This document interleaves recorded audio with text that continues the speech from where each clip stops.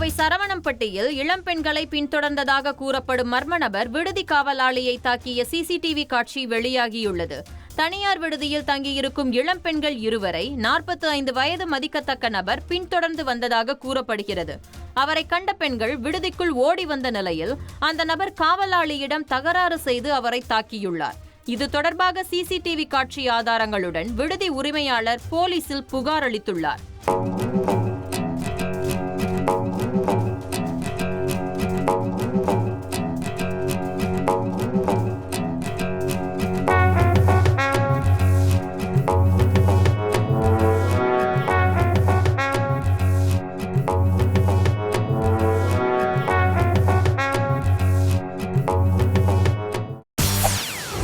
செய்திகளை உடனுக்குடன் தெரிந்து கொள்ள உடனே சப்ஸ்கிரைப் பண்ணுங்க.